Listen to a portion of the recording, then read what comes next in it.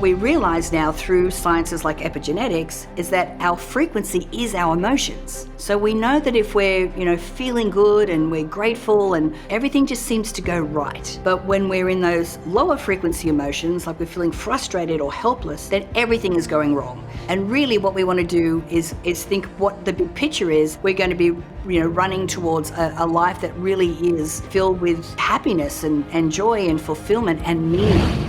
Anxiety and depression, I used to see it as such a negative thing and a weakness about me and made me flawed or that other people didn't experience. So I think in just having a better understanding about it, I realized that I'm not alone. Also realizing it doesn't define who I am. Anxiety and excitement elicit the same physiological response in the brain. So if I'm doing something or if I'm feeling anxious or nervous, I interrupt myself and I try to change the narrative. I'm like, no, you're excited. Me finally taking responsibility for my choices and for my life came from knowing that death is right around the corner. You get hit by a truck tomorrow. It's not like I have these grand plans anymore. I plan for each moment to take responsibility, and each choice that I make, does this choice bring me another's life? You have different seasons where symptoms of depression will be more prevalent. People can confuse that with depression where it's not. It's just a season of depletion and a season of grief.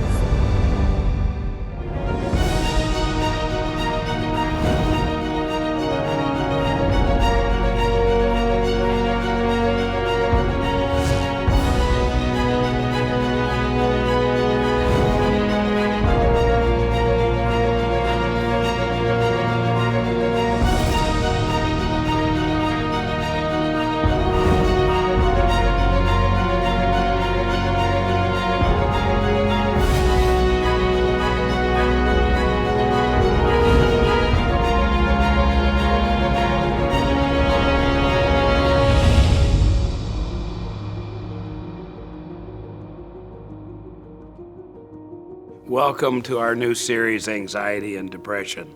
I'm Jeff Hayes. You can't spend a day without reading something about the epidemic of depression, the epidemic of anxiety. And I always think when I read something like that, it's really an epidemic of one. We know these things are happening in unprecedented numbers, but the reality is it happens to me, it happens to you, it happens to individuals. We've assembled this series and put together a symphony of voices, a symphony of stories and solutions, and I think you'll find something here that you think is uniquely yours, that's uniquely set for your situation. I'm excited for you to see it. Episode 1 is about to start. I can't wait for you to see some of the people that we've gathered to speak to this issue. Here we go with episode 1.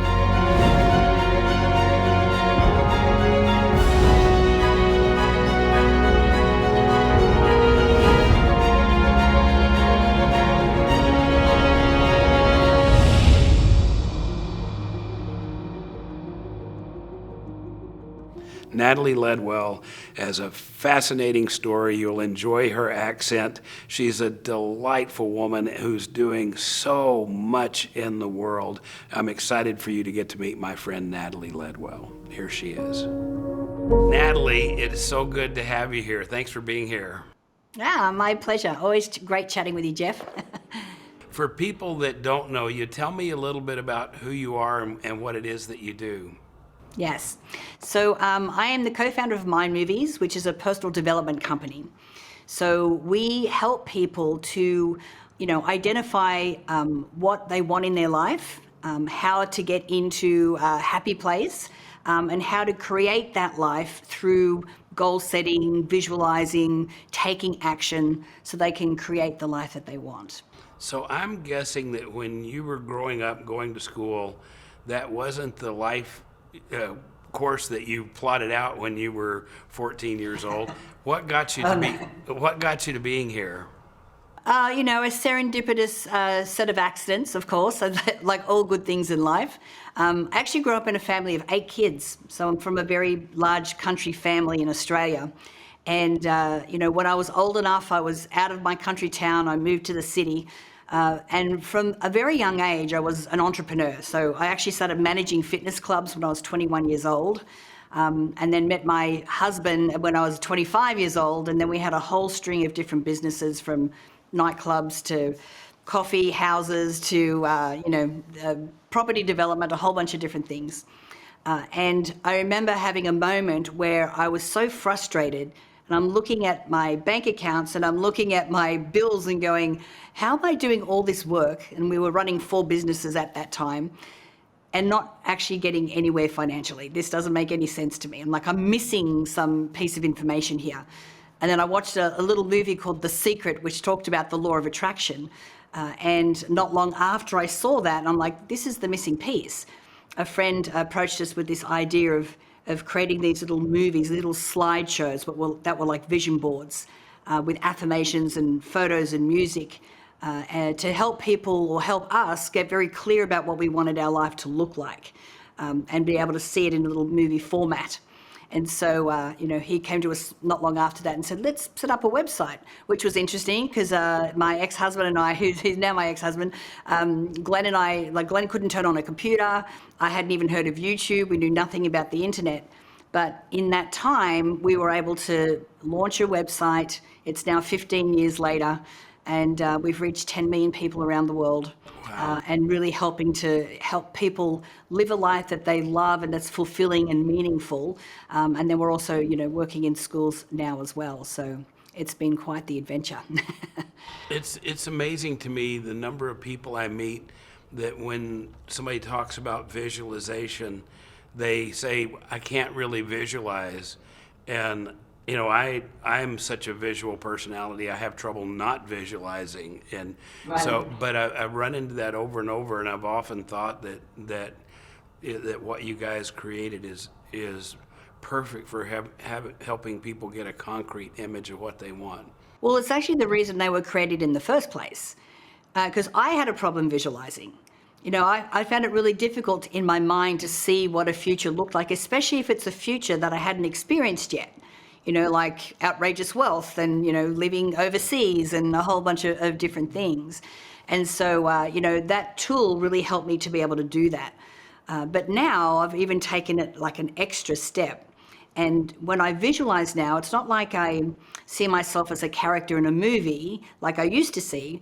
I actually put myself in a moment as if it's happening now.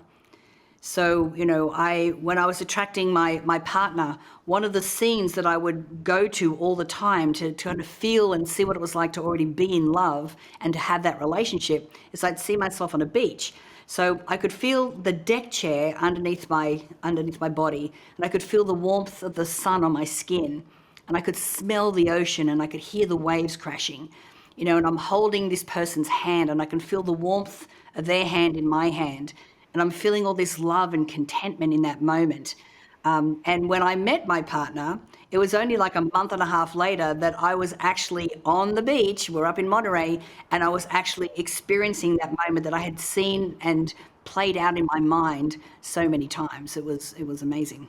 That's so great, and I was able to see the both of you here recently, and just testify as an observer that. The love that you have absolutely glows.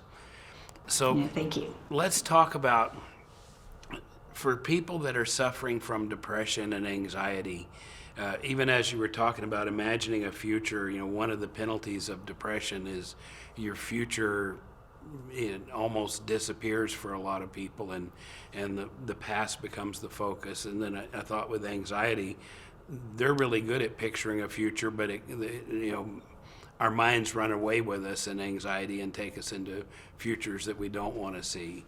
Have you worked with a lot of people with depression and anxiety? Yeah, I mean, when I'm working with people that are stuck in an environment or in a moment in their life where they have a lot of debt, or if they have a lot of pain, or maybe they're feeling lonely because they are looking for love and they haven't found it yet. The challenge that I find with people that are in those moments is that when you're looking at that, that's all you see.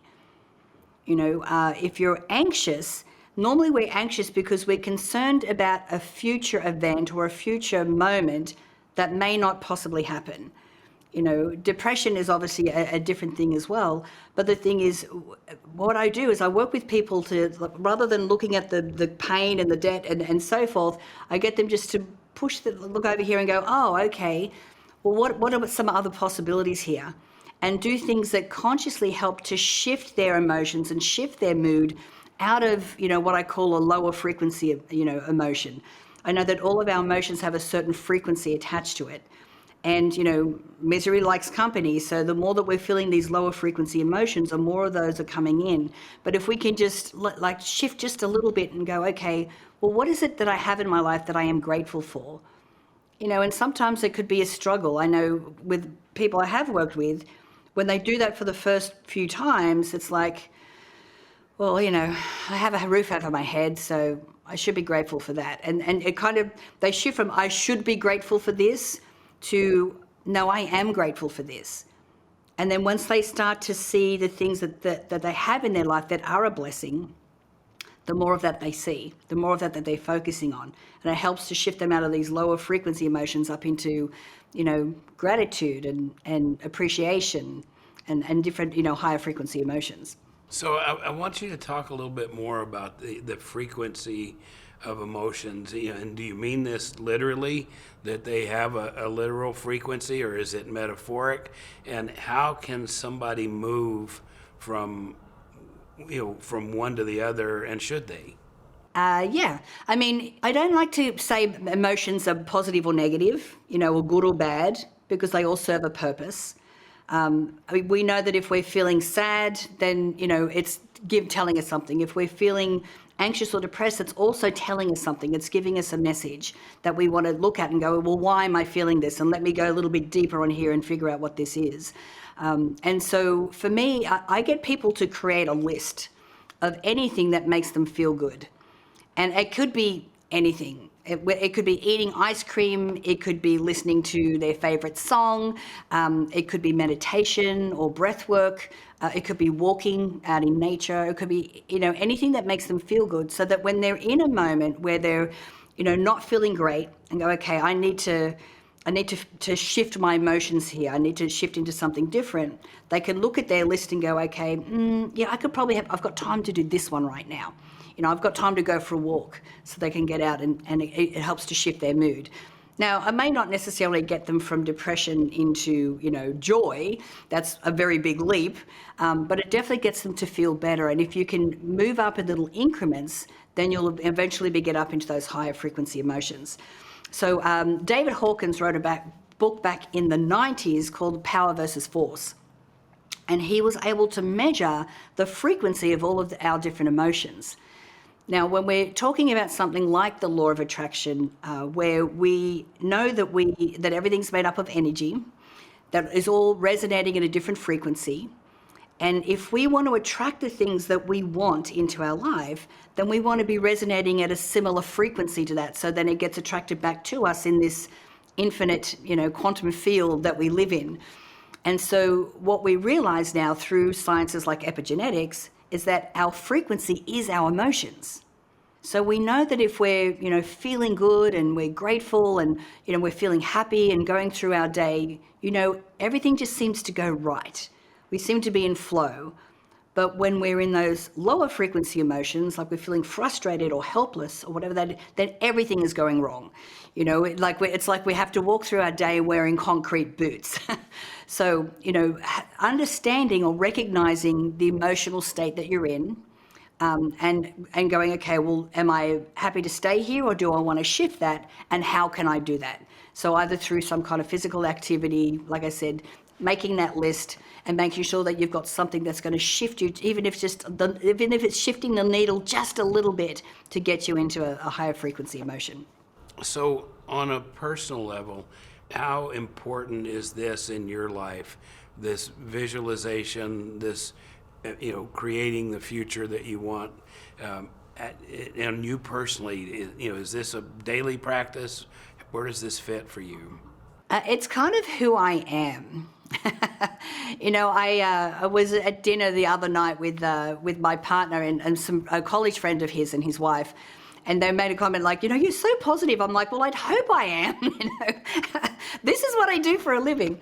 But I practice these and I embody this knowledge throughout my entire life, which helps me to navigate through some pretty huge goals that I set for myself. The latest project I'm working on is this social emotional learning curriculum for schools. So I'm, approaching the schooling system here in the US and around the world. This is something that is so far outside of my comfort zone. I can't even tell you, it's like way over there.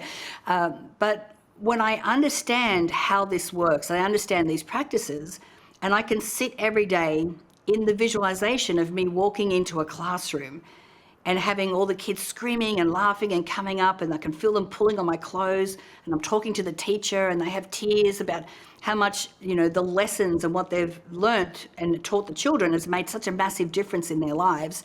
When I can sit in that visualization and come out and go, okay, well, what do I do next? I left school when I was 15. I don't even have children, yet I could see this as something that I felt passionate about, that I want to make a difference on. And even though I don't know a lot about it, I've been able to attract the right people and have the right meetings, and the introductions and things that are coming in are only coming in not because I planned it, but because I am such a vibrational and in vibrational alignment with this end result that things are just coming in. I mean, I'm doing a lot of work as well. There's a lot of action that needs to happen, along with that. But it's like I don't need to do it myself. I'm actually leveraging the power of the unified field, of the universe, or of God, to be able to help me to get the job done.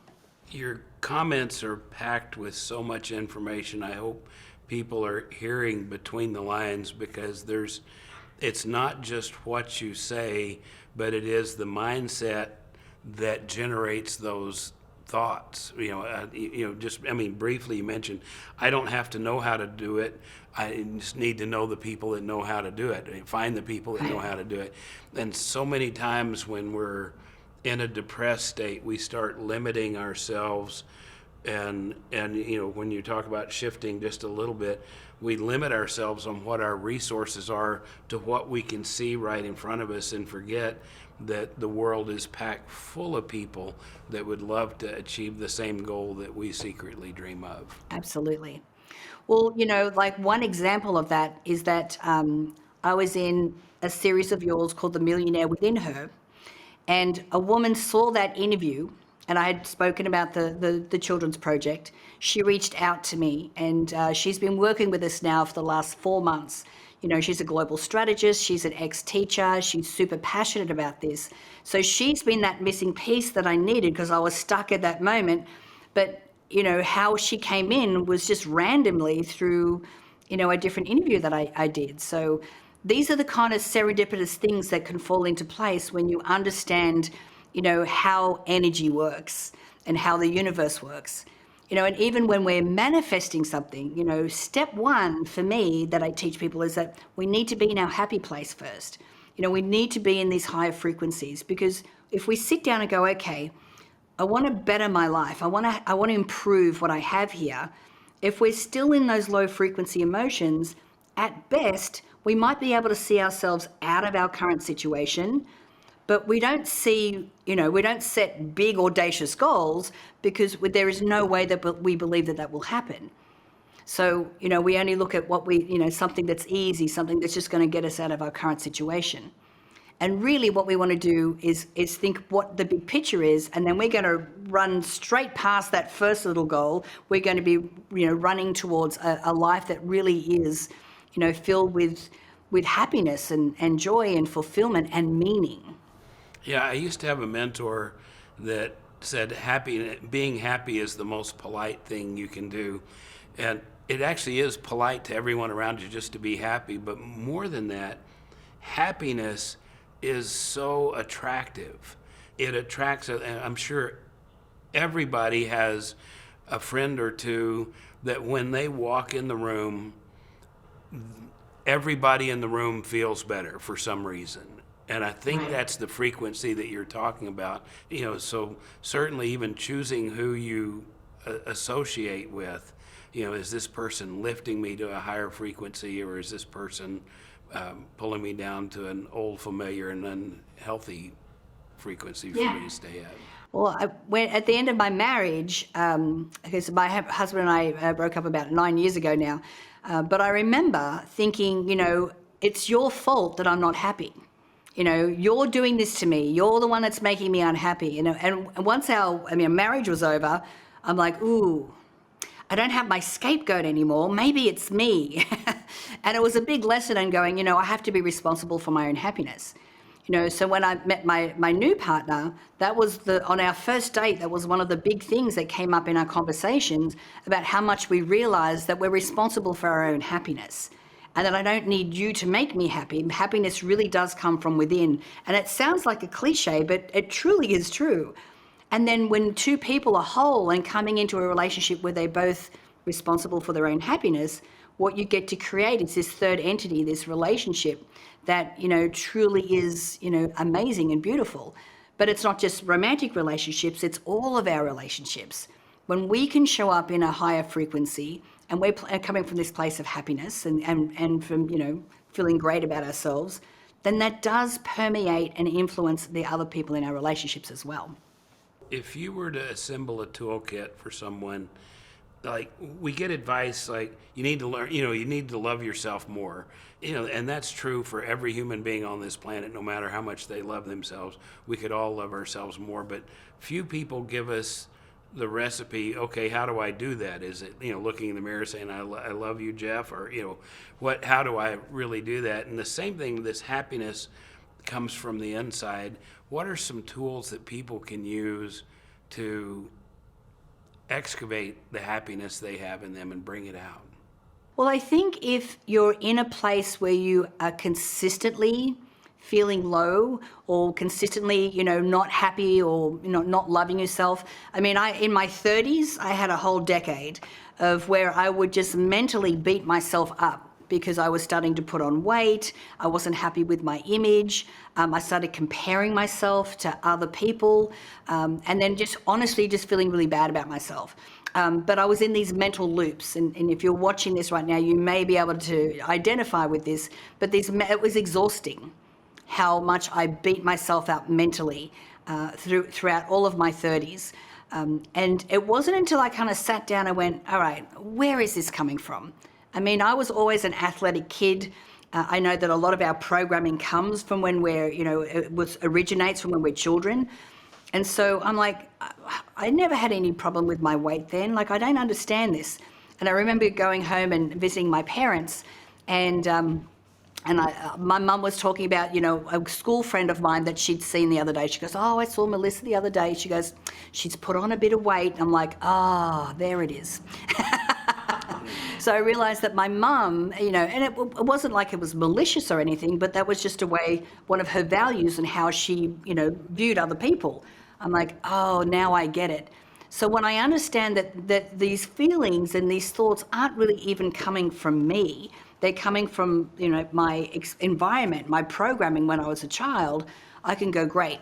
All right, now I understand where it's coming from. So the next thing I need to do is to release that.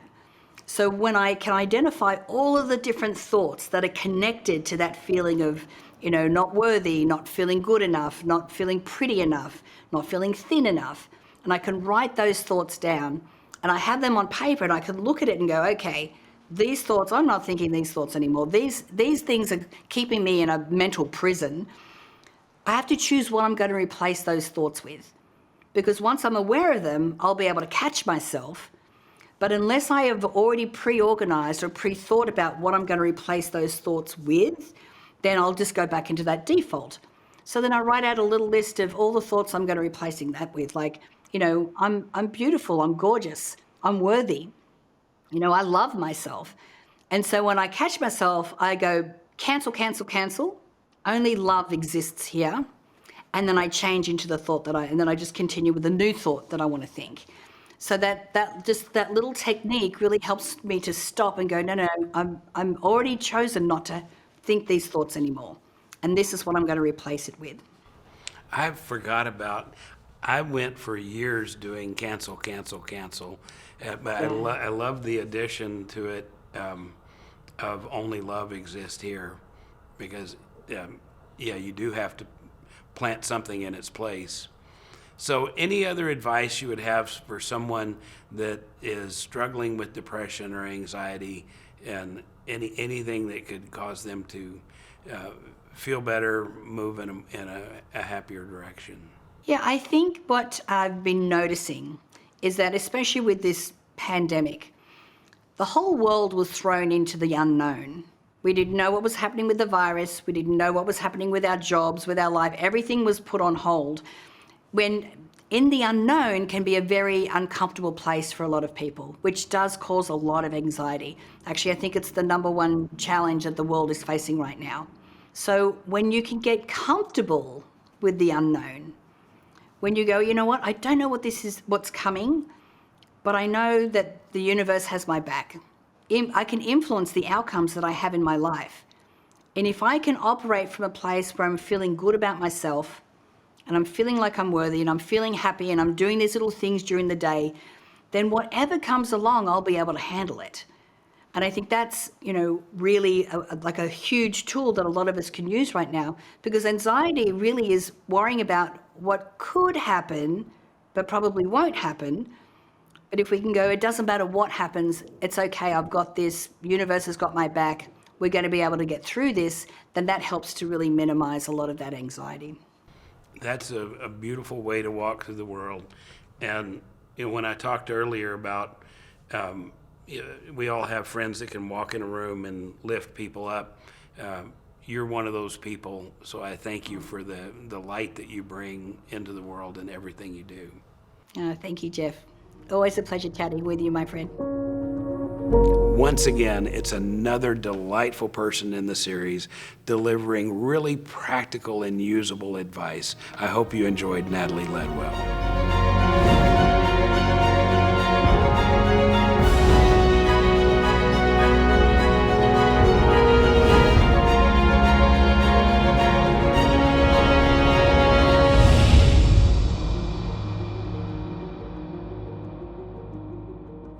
Now you get to see Brittany Burgunder. She's a fascinating woman who struggled with eating disorders that were so serious it really did jeopardize her life. As you hear the pain that she went through, there's something there that all of us can relate to. I hope you enjoy this interview. Brittany, thank you so much for being here today. Yeah, thank you so much for having me, Jeff. Tell me your story, and we'll get people up to why we wanted to talk to you. Yeah, well, I have a very long story. Mostly struggled with an eating disorder for about a decade of my life. This, I would say, prior to my disorder, I really struggled with anxiety and depression when I was young. But I was too young to know what those feelings were. I just knew that my mind would never rest. I had these thoughts in my head that I couldn't make sense of, and I didn't understand what was going on. I just internalized it to mean that there must be something wrong with me. I must be flawed or a bad person somehow. I was teased and bullied often just when I was young, and it seemed like everyone had an easy time fitting in except for me. And so I think, I instead of having these thoughts and feeling like, okay, I feel bad, I internalized it that, no, I don't feel bad, I am bad. And so I took it on as my identity. I figured, in an effort to hide my shortcomings, I did everything that I could to appear perfect. And I channeled my anxiety and my restless thoughts into just doing everything I could to not let others know or find out my flaws and shortcomings. That's a heavy weight, isn't it? Yes, very much. I was sort of living this double life when I was young, just trying to, just to to make sure no one found out that I had these anxious thoughts or these bad feelings, or I just felt like if I were perfect enough, no one would find out and I would fit in like they did. And maybe that would rid me of, it'd make life easier and rid me of these awful feelings that I felt. Yeah. So, about what age is this? This was more probably elementary school and middle school. And so then at this time, my anxiety and these feelings that I had, again, I did not know what they were called, or, I didn't know that there was a name for anxiety. I didn't know there was a name for OCD or for depression. I just knew that my mind was constantly going. I was constantly beating myself up. I felt worthless. And so it kind of got to a point where it was crippling, and I started to channel my my anxiety and my feelings into kind of strange behaviors, and that started to play out with food and with exercise. And I didn't really know what I was doing, but every time I started to engage, let's say, in eating less or exercising more, my mind would temporarily rest, my anxiety would temporarily lessen, and it pushed my depression away, at least initially and briefly. And so I began sort of engaging in these behaviors more often, and over time this manifested into an eating disorder, and initially anorexia. And I had no idea what an eating disorder was at the time. I didn't, wasn't really talked about. I just knew that when I did these behaviors, I felt better, and it kept my pain at a distance, and it kind of was like a Band-Aid for, the deeper problems that I didn't know how to address or talk about. So how bad did that get physically? With the anorexia, I struggled with that for about 7 years, and I got to a point where I was actually in college, and I got asked to leave from the university, and I almost lost my life.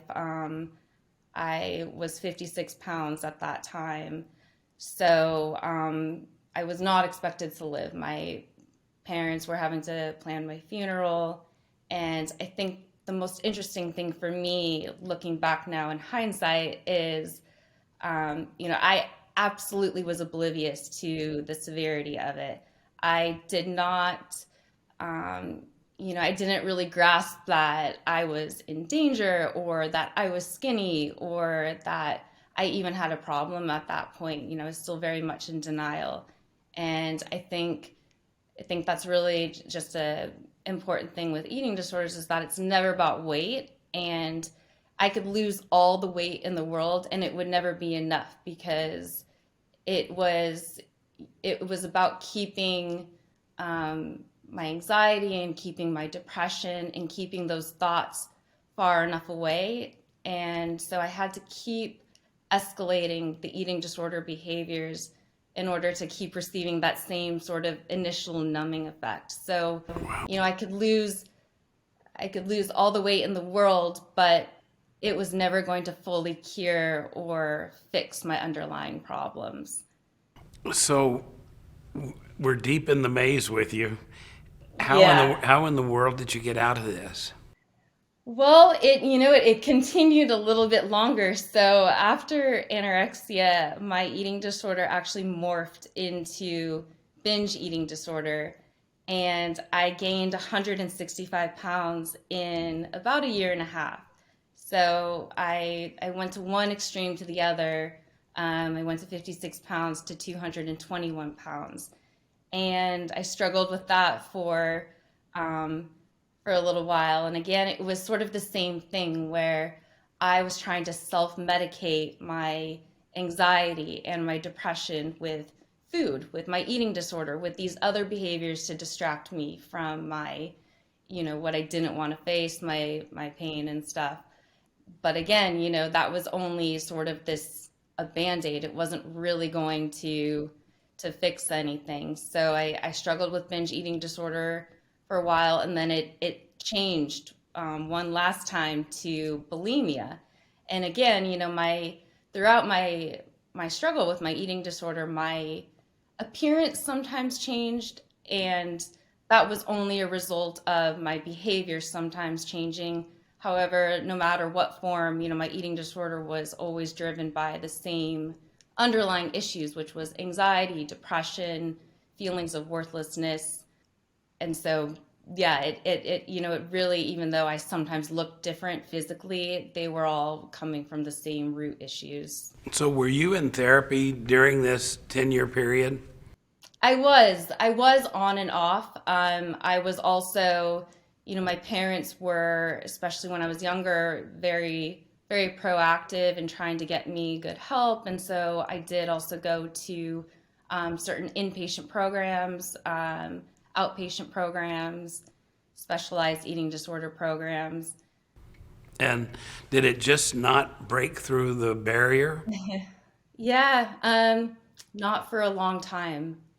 I think when I was earlier on in my struggle, it was still hard for me to see it as something that was serious. And I absolutely knew on some level that it was negatively affecting my life. However, I also felt that one, I deserved it. I felt so wretched about myself internally that I felt like I deserved this suffering. And also that, maybe if I punished myself enough, it would rid me of my flaws, or maybe it would,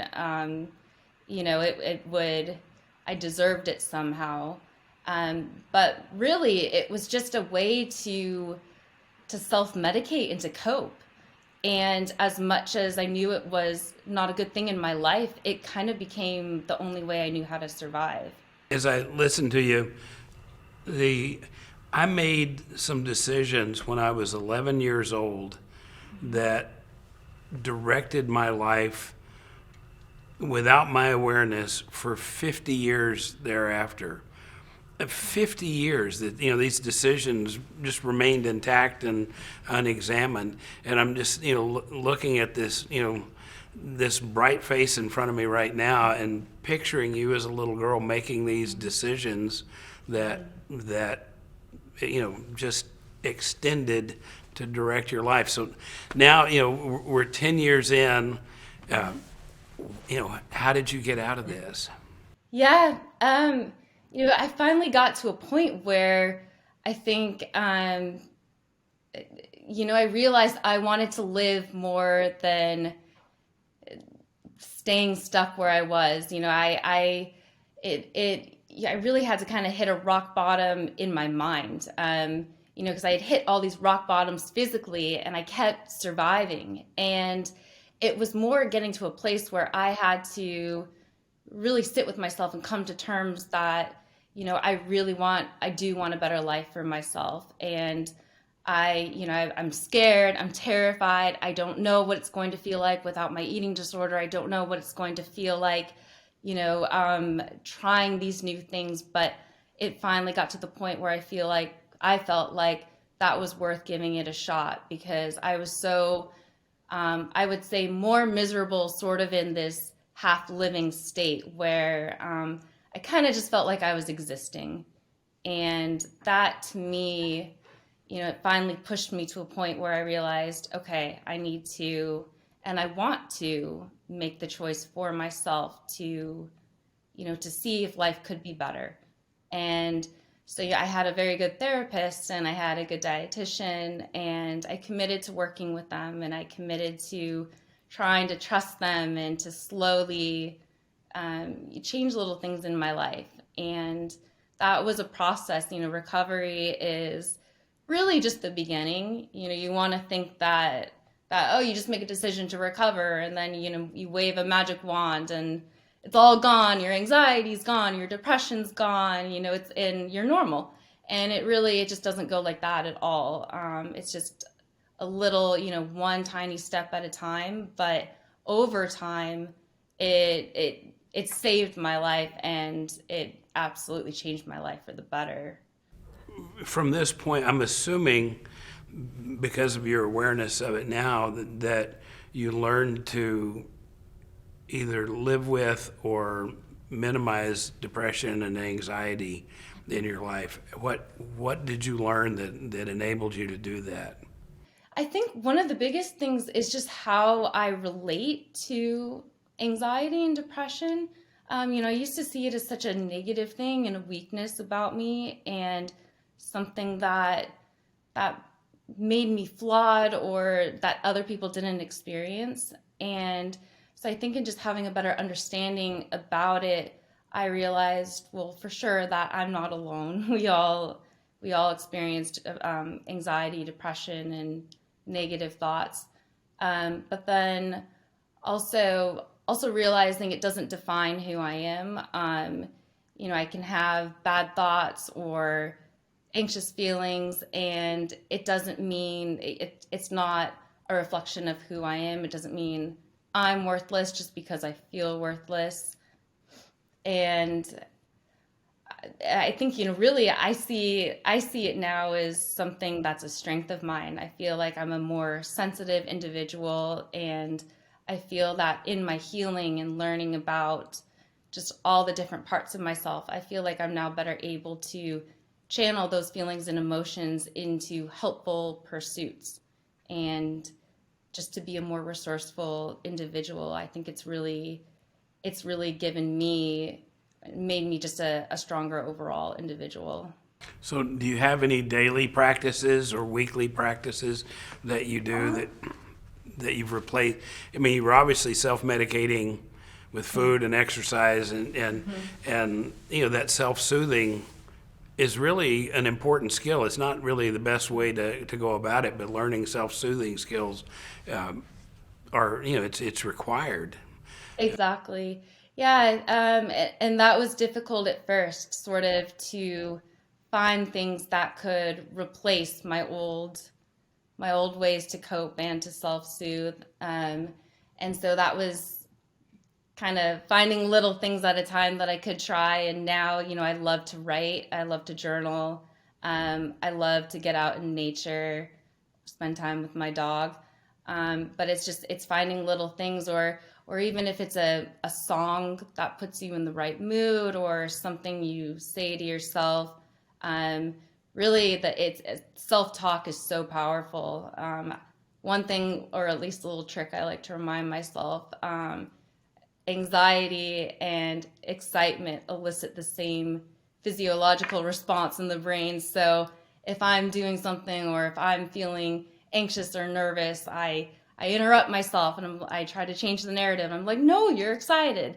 And it really helps. So it's sort of, just like these little, you got to get to know yourself, but then find little things that really work for you, or kind of change your mindset. And that, everyone's different. So what works for me might not work for someone else. But, it's really kind of just like, kind of getting to know yourself and your thoughts, and then becoming aware of, okay, when am I feeling, or my thoughts, when is it irrational versus when is this a helpful thought? Yeah, I remember one time long ago, I was getting ready to go on to a national TV show, and I'm standing off camera, and the host is sitting at a table and talking about news, and I'm like, wow, millions of people are going to see that. And for some reason, that thought terrified me, and I could feel a little bit of panic coming up. And I go, oh no, I'm nervous, because I normally don't get nervous in front of a camera. I'm around them all day. But this one, that thought, millions of people are going to see this live, and I instantly went, wait a minute, that's not nervous, I'm excited. And it really was excitement. I'm sure there was nervousness in there also, but they're so close that I really couldn't discern between the two. You mentioned self-talk, and in my mind, we're always talking to I should say, in my mind, I'm always talking to myself. And I think this is true for other people as well. How do you specifically direct your self-talk? I think, and this is a practice too, it's not easy to just sort of go from, I beat myself up constantly. So, I didn't just go from hating myself and beating myself up to suddenly, having good self-talk. But it was very much a practice of focusing on what am I doing right instead of what am I doing wrong. I used to be sort of this thinker where I catastrophized everything, and I just fixated on, my flaws, my faults, my shortcomings, and everything I was doing wrong. It could never be perfect enough, never good enough for me. And so really what I started to do, and now it's, just become something I'm used to doing, is just focusing on what am I doing right, and just feeding my strengths, focusing on my strengths, and not giving my energy so much to my weaknesses or things that, that don't come as easily to me. And so I try to really just give my attention to what's going well, what I did well, what I'm good at. And then also just really trying my best to give myself credit for the small things. I think that's probably something I know is difficult for a lot of people, but especially in recovery and in early recovery, you really have to celebrate even the things that make you laugh because they seem so silly, but sometimes just getting out of bed. If that's hard for for some people, which it is, and you do it, then that's absolutely something huge to celebrate. And so it's sort of just, really focusing on the good. And just telling myself, my progress, no matter how small, or something that I'm changing, no matter how small it is, to really try to give myself credit for it. So you've listed a lot of things, these shifts in your thinking, and all of them are wonderful. Did you make yourself like a checklist or a rules to live by, or have you compiled it? Because these are a lot of thoughts that you shifted over time. How do you manage that? Yeah, God, I wish I did have a scroll to just. Well, the next time I'll watch this interview again, and I'll probably make a list and send it to you. Because there's a lot love of that. Give me my own notes. Yeah, because you'll forget some of I'm constantly relearning good behaviors that I used to do, and somehow over time drop them. Yeah. A lot of them, again, I've accumulated them over the years, and I think it's really, with all of them and with any habit that I've learned or that someone else is learning, is the repetition of it. No matter if it's a good behavior, or bad behavior, or any behavior, even if you're an athlete and practicing for a sport, whatever you repeat, you're going to get better at. So, these good thoughts and these shifts in my thinking, I wanted to get better at my self-talk. But it takes a lot of practice and repeating it, and it's not going to be, you're going to screw up a lot along the way. So it was sort of just, I think over time, just incorporating new ways of thinking and new habits, and then just continue, committing to them until they just sort of became a new way of life for me. And things and changes that I made that initially felt really daunting and really weird and really foreign to me, now they're just sort of a part of my everyday life. And I think, for those who are just starting recovery, or who are, who feel really intimidated by it, it's really helpful, to remember that it's going to seem really scary at first. I know if I were talking to my younger self right now, I remember I was so scared, thinking like, how am I going to change everything at once? How am I going to go from A to Z? And what if I can't do it? And I was putting all this pressure on myself. And it happens a little bit at a time. And you get better a little bit at a time, and you get stronger a little bit at a time, and it's not as overwhelming as you think. And I never in a million years would have thought that I would feel this way, or be able to to feel this way, to think this way, to act and live the way that I am now. I mean, I never saw a future for myself. I never saw a way out of my struggle. I never saw myself ever liking myself or being okay with myself. I mean, I just hated everything about myself. And I just, the fact that I laugh at that now, because I just, I wish I didn't believe that when I was younger, because I don't believe any of it now. So it really, I think it's just a testament to how strong the human body is, and the human mind, and just what we tell ourselves matters, but also that we're never too, we always have the capacity to change, always. And it's just something that, you really have to stick at and believe in yourself. And looking back at those little small steps and little changes really do add up. Well, your story is overflowing with hope, and I'm amazed at your resilience and ability to survive what you put yourself through. Yeah. And I'm delighted to see you emerge on the other side. For someone watching this who's looking at the daunting task you saw in front of you, and in that despair that you were in, what would you say to them, and is it worth it?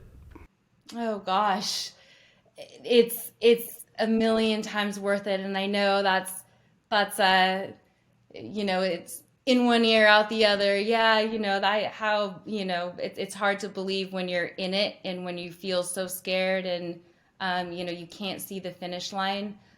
I would tell you to try, just to try to trust the process. Having lived experience in it, it's not comfortable. And I would say the first parts of recovery, if anything, are going to feel worse often. You're changing all your ways, and you're changing your ways to cope. But really, I think it's so important to give yourself that chance to have a better life, and to remember that you can do it, and you do have worth, you do have value. And it's a journey that really is going to give you those things that you truly do seek, in ways that are sustainable. And I think it takes a lot, a leap of faith on your part, but there are others that have gone through the process, and they believe in you, and you're not alone. Brittany, that's great. Again, thank you so much for being here with us, and it is great to see your bright, shining light. Thank you so much. I have a friend who's in the medical field as a clinician, treats people, and he talks about vitamin H. Vitamin H for him is hope, and it affects all treatment. The story like Brittany, what it can do for me is it increases my stores of vitamin H, more hope. I hope you got as much out of that as I did.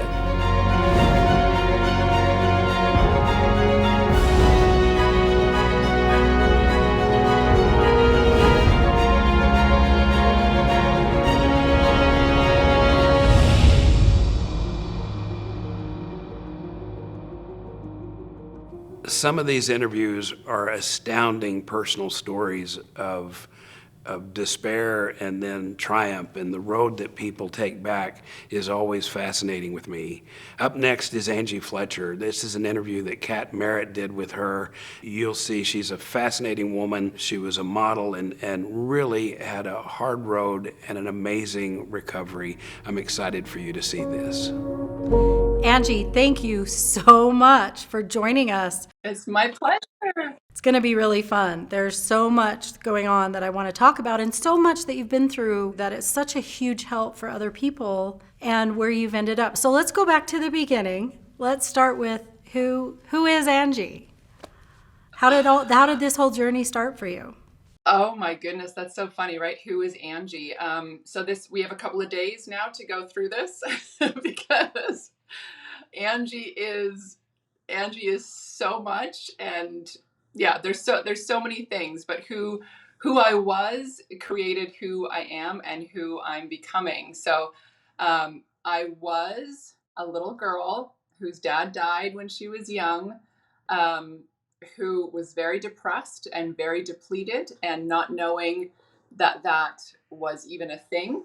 I went through my younger life being just under the label of depressed. My mom there was four of us kids. And so I think to compartmentalize, to help her, she kind of labeled all of the kids. And so I was the weak one, very dark, very depressed. Everything happened physically to me. So I had PMS, I was away from school for 3 days out of the month. Just laying in the fetal position. I was just always very, very dark in my thinking, and also just physically. And so that kind of carried through my adolescence. And I became a model at 18. I left the house on my 18th birthday. So a couple of things, I went through some hospitalization periods because of drinking and doing different things as adolescents sometimes do.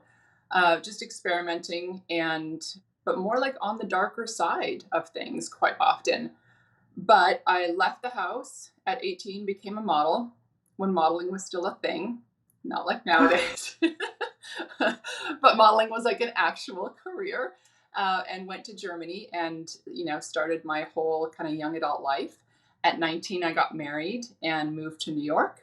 Wow. Was still a model, was kind of a model actress. And that would be, as a paying job or as a paying career, that would be kind of the only things that I've really done, like as an adult, was modeling, acting. And then when I moved to Los Angeles, so I had a baby in New York. I'm a young mom and I now have an 19-year-old. But anyway, I had a baby in New York, moved to Los Angeles. And throughout this whole time, even with modeling kind of exacerbated my symptoms of depression. Not really so much anxiety, because a lot of people lump depression and anxiety together. For me, they were very two different things. Mm-hmm. Depression for me was very dark, heavy, alone, where anxiety was more of like an upper and a fast beating heart and like shaking, and anxiety attacks kind of came on later. I didn't have so much anxiety attacks as I did the depression. So moved to Los Angeles, and that's where the depression kind of flipped into anxiety. Because I feel like I kind of entered more into a Hollywood world of comparison and of like high-end productivity, where it wasn't enough just to be one thing. You kind of had to be like the triple threat, or, the multiple things. So that is my story kind of up until I hit 30. I was going through a divorce, and I feel so stereotypical right now. I'm telling my story in a nutshell. Like, I moved to Hollywood, I got a divorce. I guess I'm like that person. But anyway. You did get married while you were really depressed. So there's that, right? So, you carry this into your adolescence, through your modeling career, into a marriage. Did you think it was just normal to feel that way? I did. I didn't have any tools to kind of know that there was something different. And so I took on that cloak of victimhood, that identity of victimhood, because my dad died when I was young, and my dad was a pastor. So we had a lot of church and a lot of family around us that gave me that attention of poor Angie, of, oh, you shouldn't lose your dad when you're so young. So I really liked that identity. I kind of had a lot of sympathy and a lot of empathy, a lot of attention from that identity. So I carried that through, and I never really looked for the root cause. I really did just Band-Aid everything. with emotional eating, with smoking, with pharmaceuticals, with things that just kind of even validated that identity of depression even more. I didn't have to take responsibility for much. Like even when I came to Hollywood, I took acting classes and I had a lot of different opportunities, but I always kind of shut myself down because I was under that umbrella of not having to take responsibility for my success. Because I liked to stay small and to stay depressed, under that kind of identity. So yeah, in my 30s, then going through my divorce, started smoking a pack of cigarettes a day. The anxiety was really, the smoking helped with my anxiety. Because I was married so young, I also was used to holding somebody's hand, and again, didn't have to really step into being a woman, or being, a whole human person. I was able to just kind of be a very, very codependent with my husband. So when I had this social life without having a hand to hold it, I didn't have the tools in order to be confident in that. So I became confident with my hands having a cigarette and a glass of wine, which again just exacerbated the whole depletion, which helped the symptoms of depression. And all that kind of came to a big a big stop when I was in my early 30s. I was going to therapy every day, couldn't afford therapy anymore because of my divorce. I was financially decided to take a road where it was not the one stereotypical thing I didn't do was rake my ex-husband over the coals. So I left. I didn't take any money, and so financially was painting my best friend's baseboards for cash so that I could pay my gas. Didn't know anything about having to call anyone to turn on my electricity. I really was like this baby, or this stunted woman, or this stunted child in a woman's body. And it all kind of came to a head when I was in the hospital because I had smoked and drank myself to a place where I was alone in my bathroom. We shared custody at that point, so my young son was with my ex-husband. I was in the bathroom. It was a tiny, tiny bathroom, so the pedestal sink was next to the toilet. And I don't know if this is maybe too much information for the viewers, but just to paint you a beautiful picture that complements what you see here, I had stuff coming out of the bottom while I was in the toilet as I was throwing up simultaneously in the sink. So that was a low point for me. That was kind of a time where I realized maybe things weren't really coming together as they should. I had to call 911 because I passed out. I was naked on the floor, covered in my own everything. I had to call 911. And the only thing that I remember was they had to call in a female attendant because I was naked. So they called in a female attendant to come put clothes on me, and put me in the ambulance that I couldn't afford, and take me to the hospital. So I stayed overnight, and they gave me all of the things that they needed to give me to rehydrate me and to kind of bring me back to life. It wasn't a suicide attempt. It literally was just a lifestyle. It was lifestyle choices that had led me to that point, of becoming so dehydrated and sick. And whatever happened was just, it was merciful now that I look back on it, because it was a pivotal change for me to realize, like, oh, wait, I have a son. I didn't even know that I had hope, because I really didn't have hope for a different life. I didn't know. I was not in the wellness community at all. This was before social media, this was before all of this existed. And I didn't know really that there was a life beyond kind of what I was living. But it was a pivotal moment of change for me. I couldn't afford my ambulance bill. I couldn't afford therapy anymore. It was, again, just a low point where I couldn't take care of my son properly anymore. So by God's grace, he surrounded me with people who helped me out of the hole.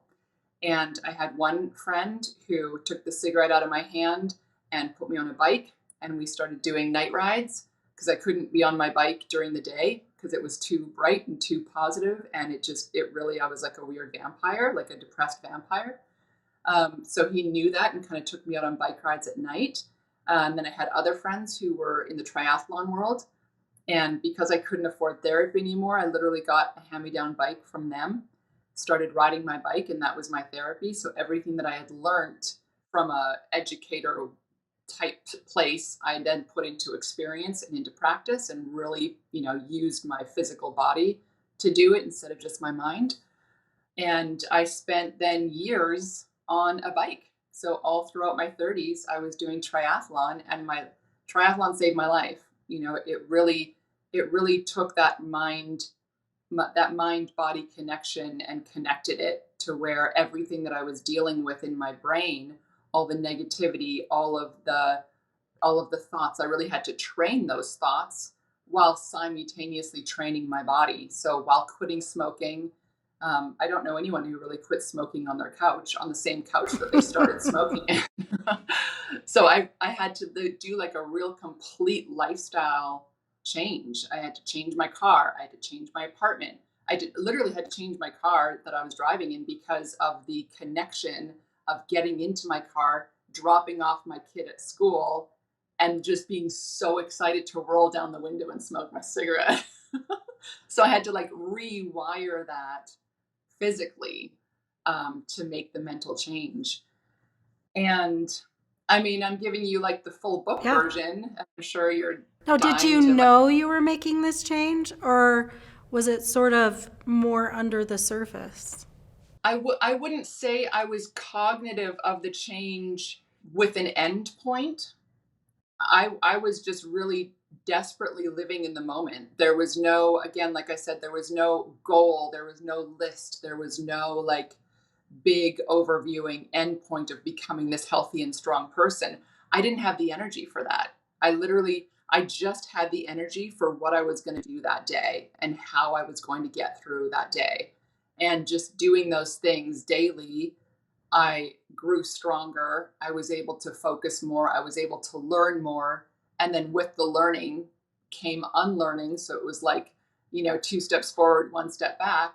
But the more I did, the more opportunities came to me, and then the more life changed. So while I was doing triathlon, as an age grouper, I wasn't a professional, but as an age grouper, I had opportunities because I was a model. So this is when Facebook was a bit like when MySpace switched over to Facebook, really aging myself.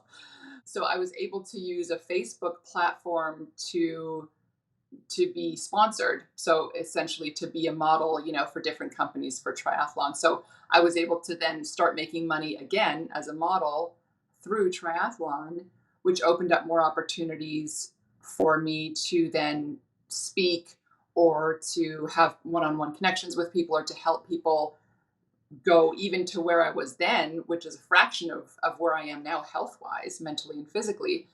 But just again, like wherever I was at, I was able to always have an extension of that to other people because it came from a relatable place, and it came from such an authentic place of people knowing where I was.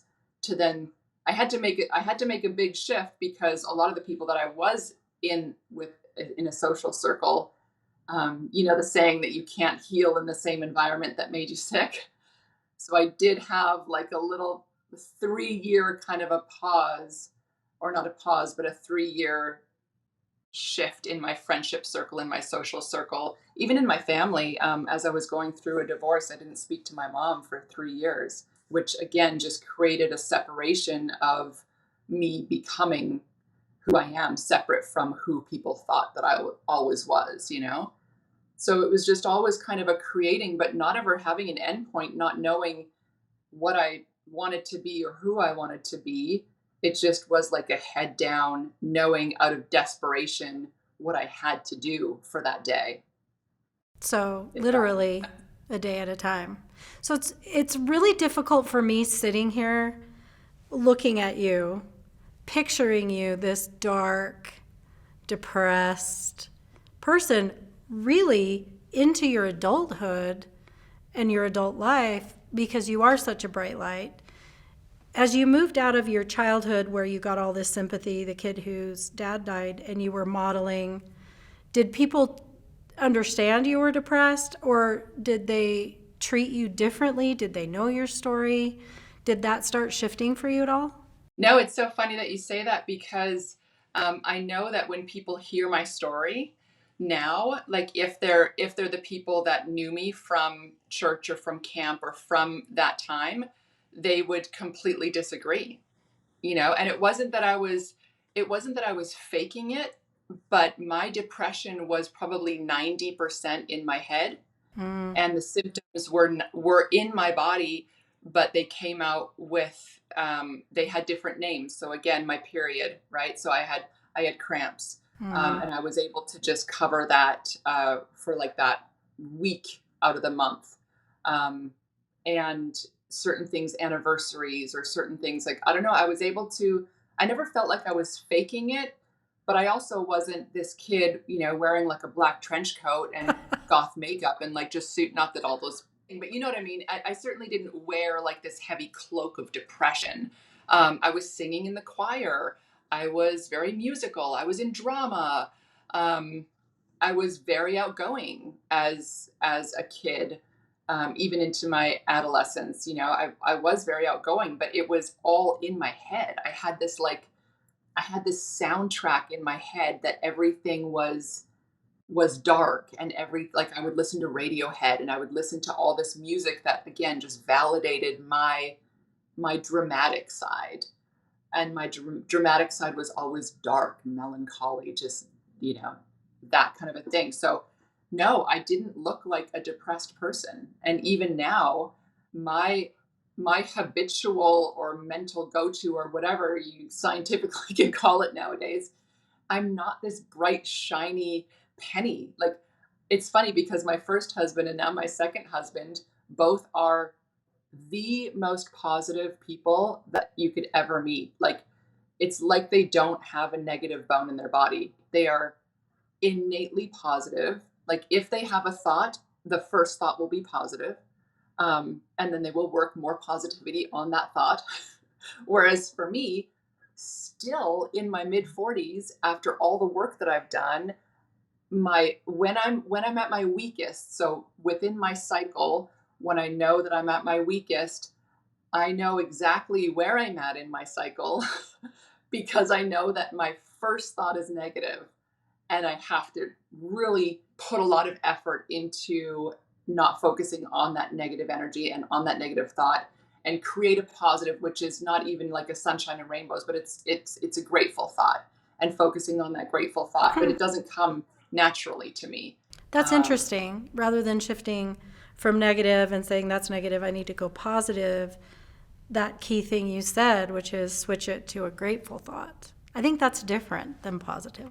It's different for me. It affects me differently because, again, in my mind, I was always very negative as a kid. And I honestly, even into my teen years and adolescence, I saw positive people as fake and shallow. And I never wanted to be that positive person, that positive Betty, because I literally was like, I would look at her and be like, you haven't gone through anything in your life. And as a kid, I'd be like, oh, your dad didn't die. Nothing bad has happened to you. In my immature verbiage and in my immature brain, that's what I would think.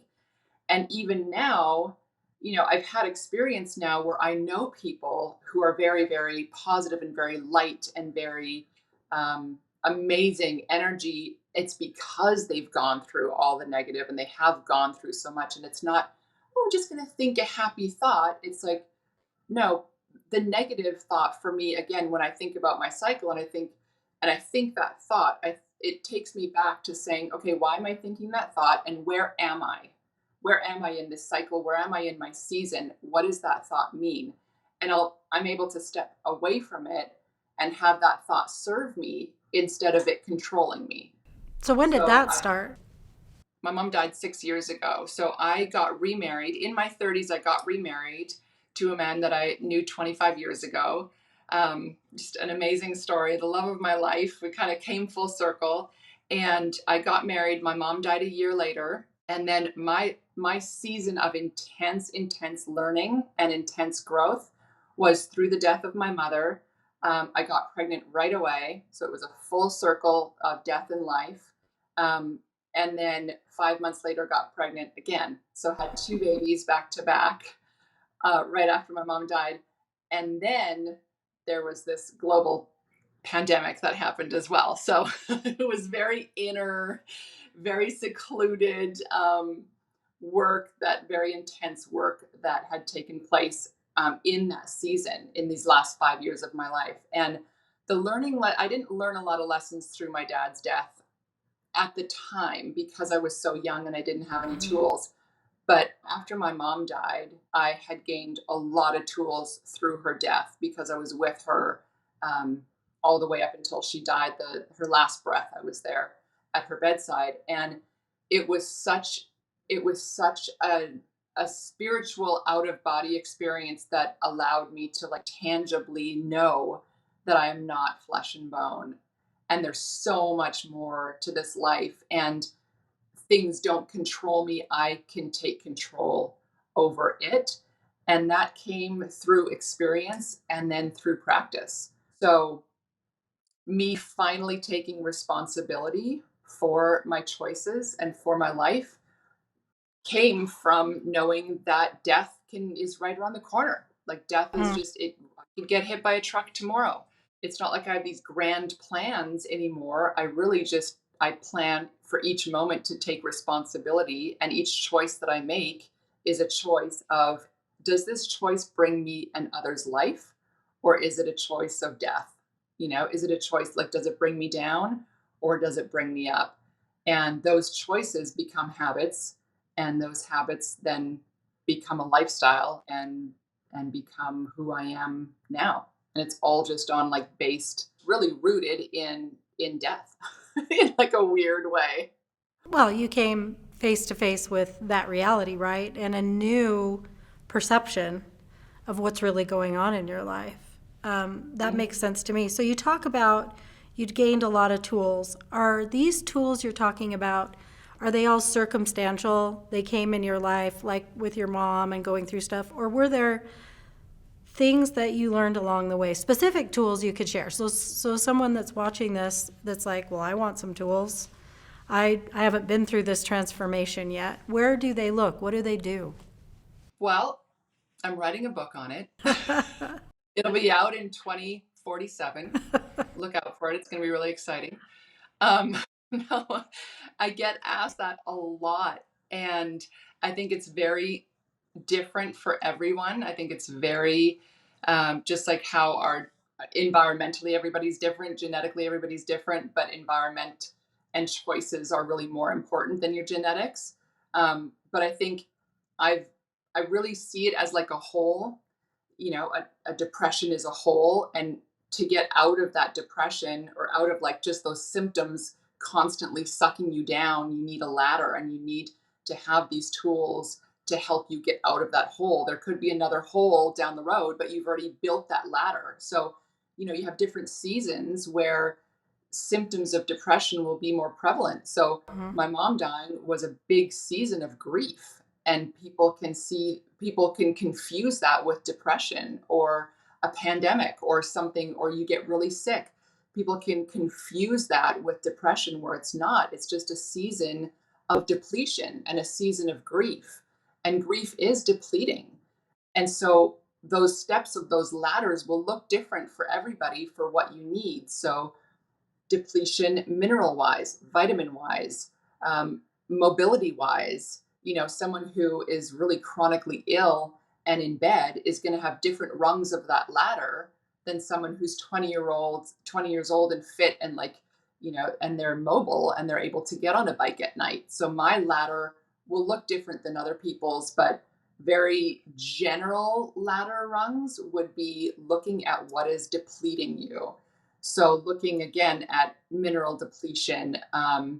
So looking at two different things: one, depletion of what's depleting you, and then also what you need to add in, and then what you need to take out. And they kind of, one doesn't work without the other. You kind of have to add in and take away in different layers. You can't do it all overnight. You can't clean out your closet and your fridge and buy a whole new supplement routine and just be like, yeah, let's good to go, and I'll run a marathon tomorrow. It comes in these layers.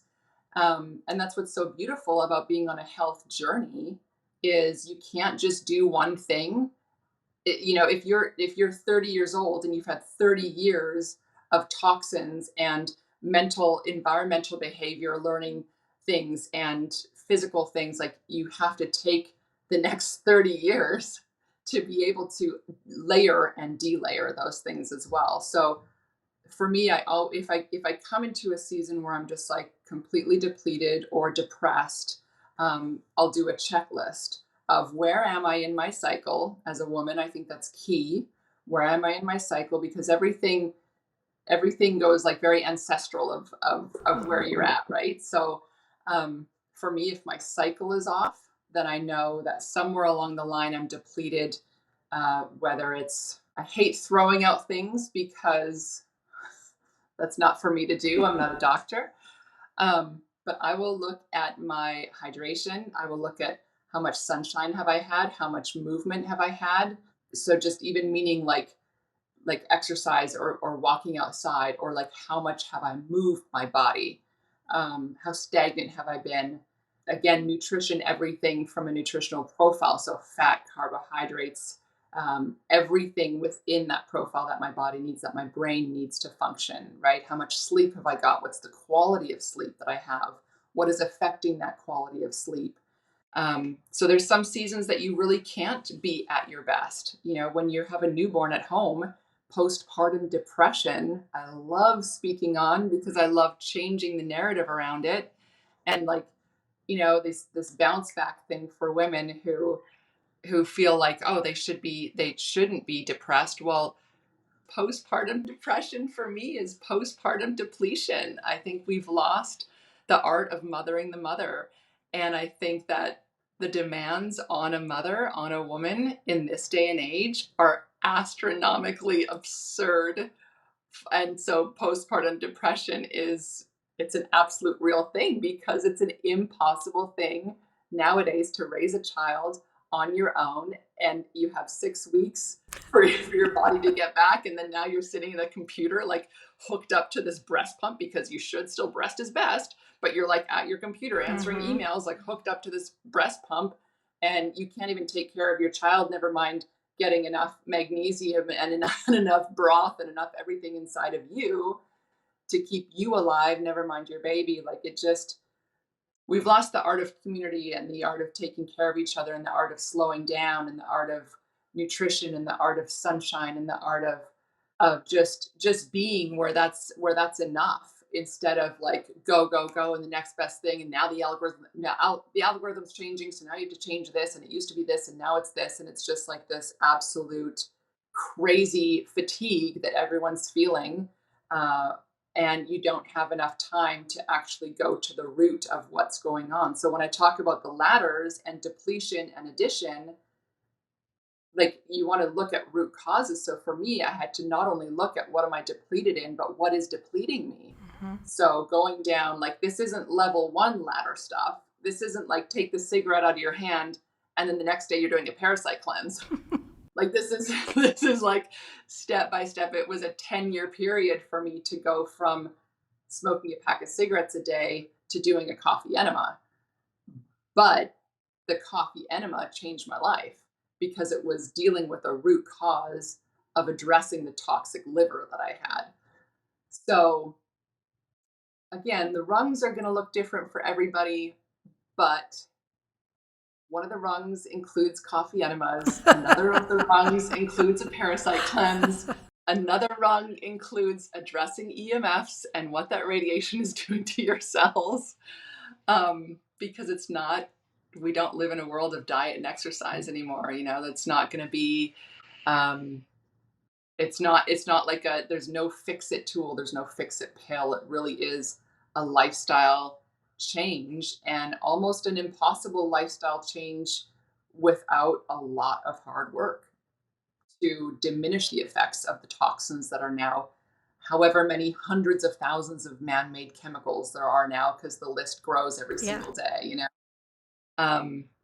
but I would say the rung is support. Get yourself some support, because you can't do it alone. I had to have that person come and take the cigarette out of my hand and physically place me on a bike. I had to have support around my triathlon. I had to have someone believing in me when I couldn't believe in myself. My mom prayed for me for years when I couldn't pray myself. I had no hope.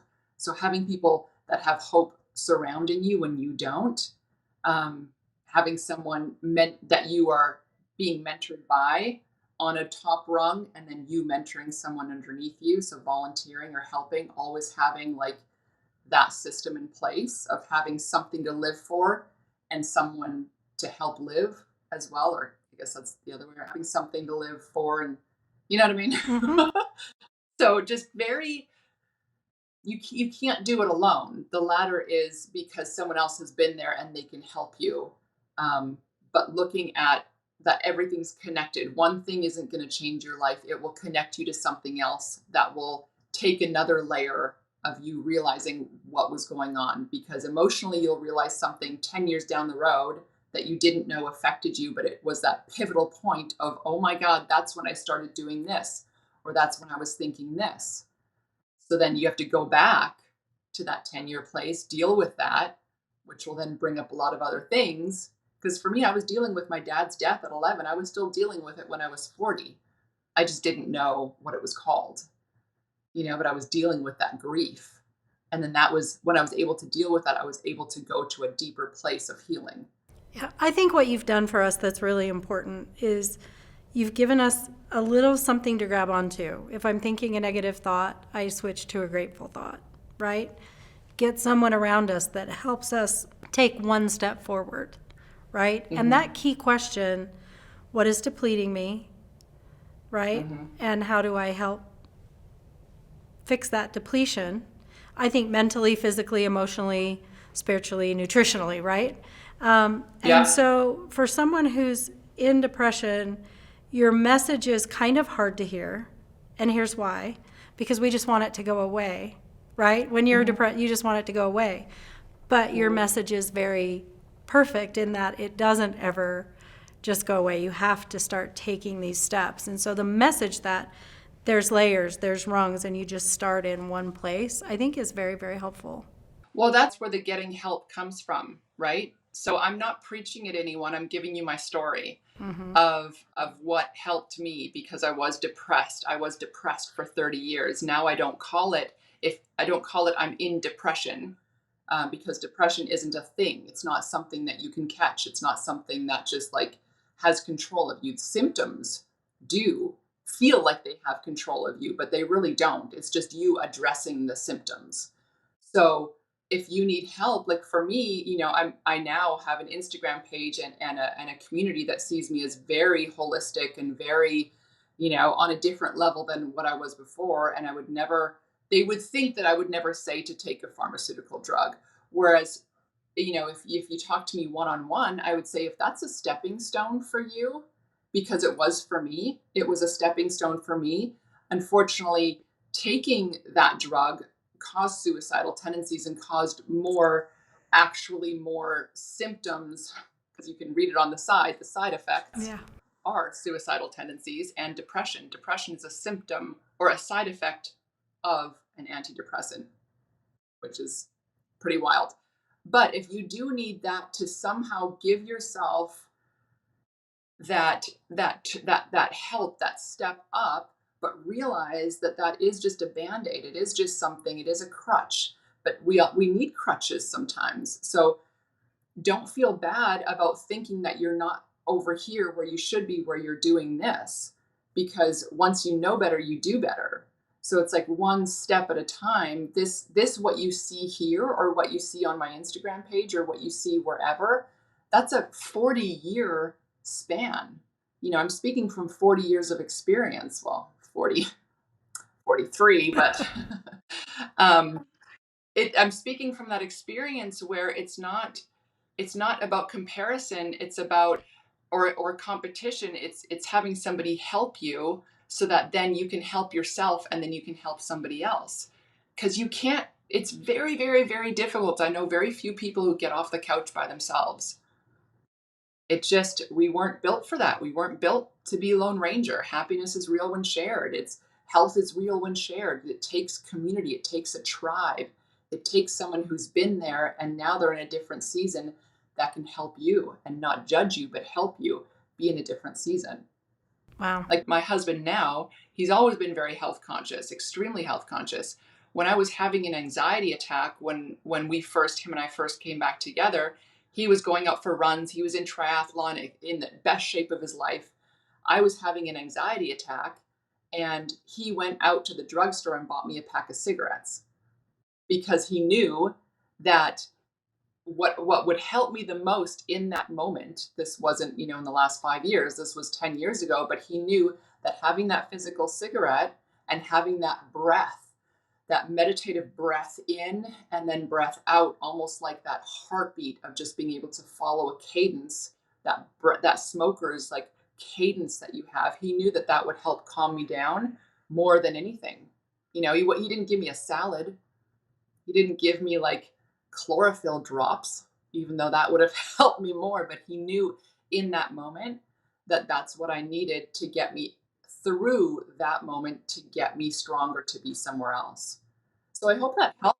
Yeah, what used to be a lifestyle became a tool, short term, right? To just move past. Yeah, that makes sense. I want people to have hope. I want people to see me as hope, not as a far-fetched, I could never be that. I mean, I would have thought that too. I definitely would have thought of seeing somebody on this and just being like, it's going to take way too much work. Because when you are depressed and when you are feeling the symptoms like majorly take control of you, you don't even have enough energy to get off the couch. Never mind have the energy to think a positive thought. You just don't. Like I didn't have the energy to be healthy. It takes a lot of work. So that's why you need someone to help you, to come alongside of you and to make baby choices, smoke half the cigarette, and then throw it out. And the next one, smoke a quarter of the cigarette or however you want to stop smoking. But it's like, it's not one or the other. Everyone's journey looks different. But it is possible. It is possible when you think of your life as seasons and you think of it as what can you add in, what can you take out? What are you choosing? Are you choosing life or are you choosing death? Like that's every time you put something in your mouth, it's either medicine or poison, right? So making those little choices, it's going to be another season where you can build on those choices. I think that's a great place to kind of sum it all up. It's these little choices. And they lead to more choices, right? That you start where you are and take one step in some direction. Yeah, it's what I say daily. I say, do what you can with what you have in the season you're in. Perfect. Because your season will constantly change. As human beings, especially as women, our seasons are constantly changing. So do what you can with what you have in the season that you're in, and the season will change and you will continue to change. But then it's not this overwhelming thing, it's like really breaking it down into bite-sized things. It's a great place to sum up. It's a great way to sum up what you've been talking about in your journey. Thank you for sharing it. Oh, it's my pleasure. I'm honored to be here. Thank you. It's easy to think that we're alone, that we're the only people suffering with what we're suffering with. Some of these stories really help me to realize that we all suffer. None of us are truly alone. I really appreciate Angie being so candid and sharing what she went through.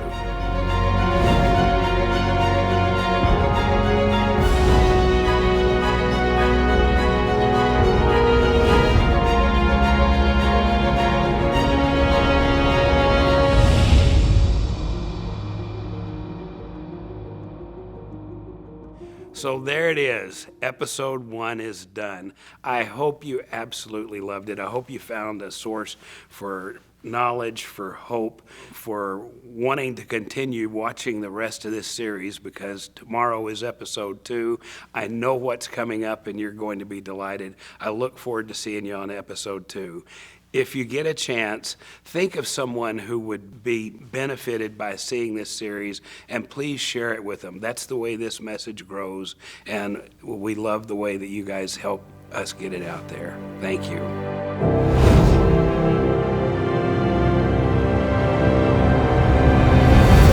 Really get clear on what your values are. Get clear on the type of relationship you want to create. And there's so much of this idea and this messaging that's sent to go find the one. This perspective that there is one person for us is in itself imprisoning because it creates a scarce mindset. Relationships are where our wounds occur, and that's where they must be healed. Relationship endings are not failures. They are actually opportunities to expand and grow and move towards something that is more aligned. Depression kind of cycles on itself with these negative beliefs about how is this ever going to get better. If somebody's lived with depression for years, how can I possibly convince them that it's going to get better? Because hope can be really dangerous for somebody who's depressed. So the beauty of EMDR with depression is we can target the beliefs, we can target the actual experience of being depressed, we can target the different obstacles that come along with depression. You feel this way and you're thinking this way, but let's also look at your reality. Look at what the things you've been through. You didn't just get here. We all have to ask ourselves, what happened to you? You can then understand these are the traumas that I was exposed to that shaped the way I think. This anxiety is a fear, and fear is a feeling. It is not fact. It is not truth.